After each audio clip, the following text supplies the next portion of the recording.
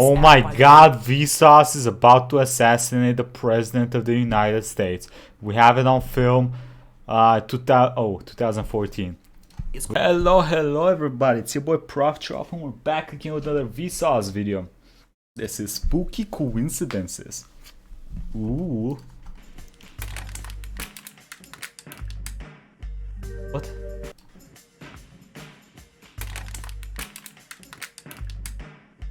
Alright, quick question. What kind of Monster do you drink? If you had to drink Monster. I don't like Monster anymore, but if I'm gonna drink Monster, it's the blue one. Or, okay, no, not the blue. Coffee Monsters are good. Those are the only Monsters I would drink nowadays, but you can't really find them in Bulgaria in many places, and they're very expensive. But white one's trash, let's be honest. Yeah. How is the... Hi. Vsauce.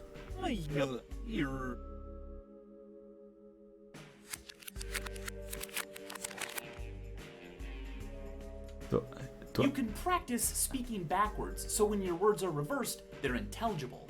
But Why? Here's something else that is weird. The digits in the speed of light are exactly the same as the latitude of the Great Pyramid of Giza. Wait, really?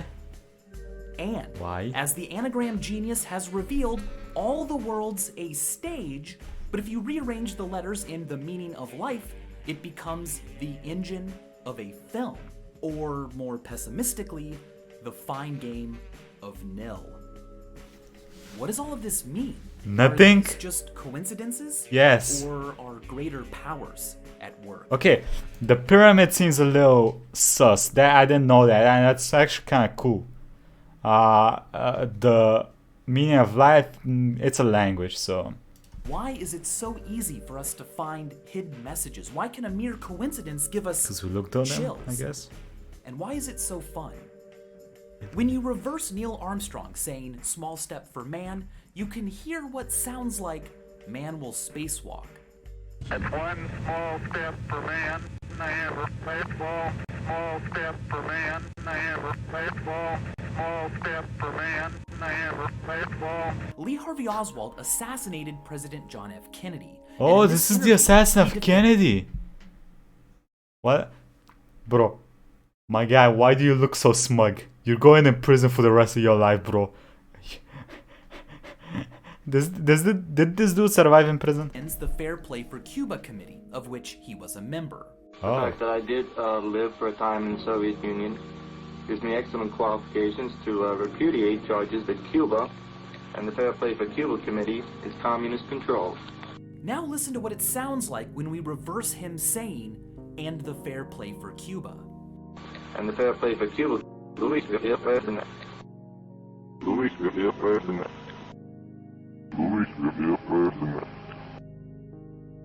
Is that a coincidence? Probably. Or a subconscious confession hidden within his own words? It's a coincidence. Of course it For is. crying out loud, if anybody says, and the Fair Play for Cuba, and then reverses it, it sounds the same. Oh my god, Vsauce is about to assassinate the President of the United States. We have it on film 2014. Which one are you kidding, bro? Recorder. It's a really easy way to quickly reverse your own speech. Matthew Hudson in The 7 Laws of Magical Thinking points out that if you record yourself saying, ooh, you sniff turkey fat, and then reverse it, it sounds a bit like happy birthday to you. You sniff Kind of. turkey fat. If a word can be spelled the same forward and backward, it's a palindrome. But if a word or phrase sounds the same, whether spoken forward or rewound, it is a phonetic palindrome. For example, say yes. Reversed? Yes, Pretty cool. Wait. But check out this poem by Karsten Johansson. When I wonder why what's never been's never been so, we would lie when we say, yes, you know we all love you. What's never been's never been so, hell, we're nowhere now. I wonder what was never been's that we lie when we say, yes, seem we all that we was never been's that we all were nowhere now. By the way, some people can speak in reverse on the fly. It is really cool to see them in action. Watch guys lean back after this video. It's linked down in the description and it's full of pretty cool coincidence videos. Apophenia is the perception of connections or patterns in information. Okay. One type of apophenia is pareidolia, the seeing or hearing of things that weren't meant to be there. For instance, hearing your name being called or your phone ringing in the sound of running water, or hearing English words in a non-English song, or seeing God faces. damn it, that weren't second time purposely today. Okay, I'm sorry. I'll probably cut that if I don't forget. I'm back, sorry about that. non-English song, or seeing faces poop on my that knee, weren't what the hell? purposefully placed there. Our brains are good at this kind of work, probably because being hyper-attentive to patterns and faces can save your life. If there's ambiguity as to whether that thing hiding in the It's a shadows fish is a threat or face. just a shadow, it's advantageous to err on the side Caution. of threat. What the hell is Organisms that? with a healthy sense of apophenia live longer, long enough to have kids and raise them and naturally become the norm. We connect with faces so well. Hudson relates a story of a friend who draws faces on things she doesn't want to lose, like her bags. She says the faces make her less likely to forget about them. If you like it, What if you draw a face on your face? you should have put a ring on it. If you like not losing it, you should have drawn a face on it. We are so good at teasing out patterns and faces from random noise. Actual random sequences don't always feel random to us. Originally, Apple's iTunes Shuffle feature generated complaints from users. They said that similar songs or songs from the same artist appeared in a string, which of course is to be expected from randomness, but it didn't feel random enough. So Randoming Apple did not feel introduced random a enough. smart shuffle that avoided totally random sequences that nonetheless didn't seem random to our pattern-loving brains. As Steve Jobs explained, we're making it less random to make it More feel random. more random. Our impressive ability Okay. to imagine patterns also expresses itself when it comes to connecting songs and moving images. This dancing SpiderMan animation will famously sync up with any music you play. What? Try it. What kind of black magic is going on here? Well, as it turns out, most of it is in our heads. Radiolab reported that Michigan State University explains that the major movements of dancing animations like this one, or this one, move at typical song tempos, but also contain, like most dance, various other different related rhythms of movement, allowing them to seemingly I like the one on the right way many more, bro. different tempos. Selection bias helps a lot too. We fall prey to this when we reject Selection all bias. the times the animation doesn't really sync up, focusing instead on the more surprising times when it does. Okay. The bizarre pyramid coincidence mentioned earlier is a lot less bizarre when you consider the fact that we got to control where we placed the decimal point, and that a number of degrees this precise isn't necessary to locate the pyramid. By the fourth decimal, we're only talking about a matter of a few meters, so it's easy to make the rest fit the speed of light exactly and have still picked a point on Alright. the pyramid. Okay. Confirmation bias also fair comes enough. into play here. If you really want two things to sync up, they will. We often look for evidence that supports what we already believe. Yeah, he while talked about this marginalizing in the other video. That we tend to support things that we want to support. things against it. As Marshall McLuhan said, I wouldn't have seen it if I hadn't have believed it. These biases also help explain the See, seemingly believe, achieve. mind-blowing coincidence that famous movies and famous albums can line up. One of the most popular states that if you start playing Pink Floyd's Dark Side of the Moon at the same time as The Wizard of Oz, they will eerily line up. Entire communities have sprouted around the syncing of movies and albums. Some of my favorites are the Yellow Submarine soundtrack and The Little Mermaid, Lord's Pure Heroine and Twilight Saga Breaking Dawn 2, and the end of 2001 A Space Odyssey with Pink Floyd's Echoes. There are conspiracies that these were somehow secretly planned, Oh. though in reality they're just accidental music videos, the product of selection bias confirmation bias, and the law of near enough. Near a enough? behavior of our pattern-sensitive minds. Two things don't have to line up exactly or literally for us to see a connection. This is why vague predictions are a great way to Yeah, learn we had this. I was just talking about. Wow, that's an insane thing. Earlier during the day, we were talking with me and my friend. There was like a Bulgarian chick that predicted some stuff, Vanga, and she predicted stuff like this. Like she would say something would happen in the future, but it's like you don't clearly say it, right? It can be misinterpreted into actually being true when it happens, if it happens, whatever happens. So yeah, and people are like, oh yeah, she predicted a lot of shit, but I mean, listen, if she can predict shit, go to the fucking stock market, you're rich.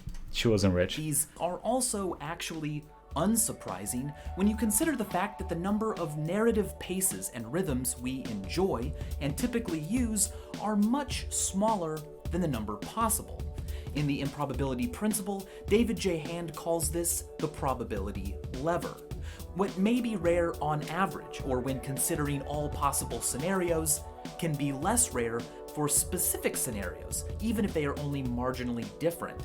Getting struck by lightning Example, is please. a proverbially unlikely event. Like that one dude that got struck by like 5 times. My guy, I'm sorry.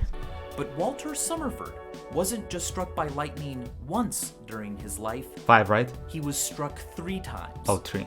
It never killed him, but 4 years after his death, his gravestone was also struck by lightning. Bruh. What are the chances? There must be an explanation, Clearly, right? Summerford was some sort of robot built out of lightning rods, or had somehow angered Zeus, right? No. Probably not. You see, while for the average person, the chance of being struck by lightning is quite low, for an avid outdoor sportsman like Summerford, it's not as low. The law of truly large numbers also comes into play here, with lightning striking Earth 40 to 50 times a second. Billions of people for it to strike and thousands of years of recorded history, it's actually not surprising at all that at least once a story like Summerford's Yeah, probably will happen. real. Given the truly large number of people who visit Disney World every day, and the fact that they take photos and lots of them, it's actually not surprising at all that at least once so far, a story like Alex and Donna Vsauce's has happened. While sorting through old photos before their wedding, Alex and Donna found a photo of Donna at Disney World 14 years before the couple met. But then Alex noticed something. He too had visited Disney World as a child, Where and he at, there, in the background, was his father pushing him in a stroller. Bro. Sometimes Nah, we ain't counting this, bro. We ain't counting. Listen, you have like a pixel of your face in the picture. We ain't counting. coincidences can be tragic. In 1864, Abraham Lincoln's son, Robert Lincoln, was saved from serious injury or possibly even death when a stranger grabbed him by the shirt collar moments before he plunged onto train tracks below. That stranger turned out to be Edwin Booth, one of the most famous Shakespearean actors of the time. So Wait. famous, in fact, Robert Is that the dude that killed Lincoln? No. No. No, no, no, no, no, no, no. recognized him and had a letter sent thanking him for saving his life. Less than a year later, Edwin Booth's brother, John Wilkes Booth, undid the favor by assassinating him. What? What? Wow. Wow. Abraham Lincoln. Strange as they seem at first, math says that given enough time, and psychology says that something given will enough happen. interest in finding them, coincidences and connections will be happen. found, even unlikely ones. I mean, yeah. The coincidence- Listen, if the chance of you getting struck by lightning is like, whatever, let's make a number, 0.3, and chance of you getting struck by lightning 3 times is 0.0003, if there is a chance, it will happen, right? So it makes sense. Differences between Abraham Lincoln and John F. Kennedy are famous. Both were elected to the presidency in a year ending with 60. Lincoln was shot at Ford's Theater. Kennedy was shot in a 1961 Lincoln Continental 4-door convertible made by Ford. Both presidents' last names have Oh my god, Ford is killing Prez. 7 letters, and both assassins had 15 letters in their names. The list goes on, as it should. If you look long enough, you can find coincidences between any two people, Probably. things, or events. They may seem strange at first, but tend to wind up being, in the end, pretty Coincidence. expected.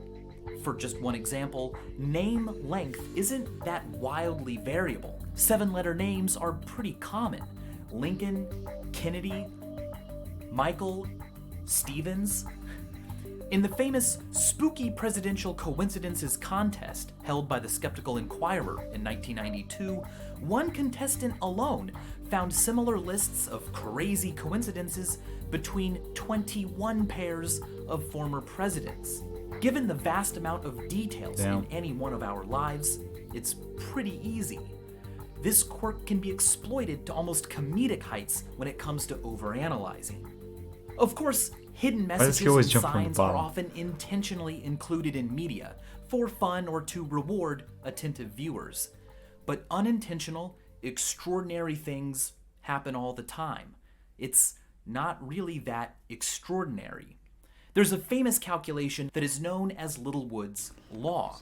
Given the number of hours we are awake every day, and assuming an event only takes about a second to occur, if you calculate the odds of something happening to you are only 1 in a million, well, you should expect that thing to happen to you about once every 35 days.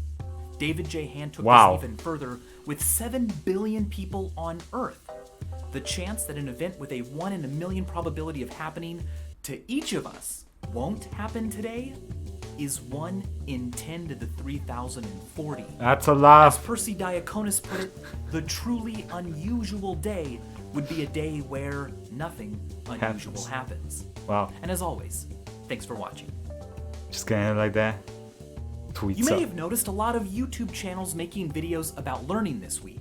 Well, that is not a coincidence. It is School Or of is YouTube it? Week. Many people are going back to school or college right now, but across the world, millions of children won't be. Either because they work to support their families, or live without a home, or in areas where there is conflict. They may experience overcrowding at school or a lack of teaching and school supplies.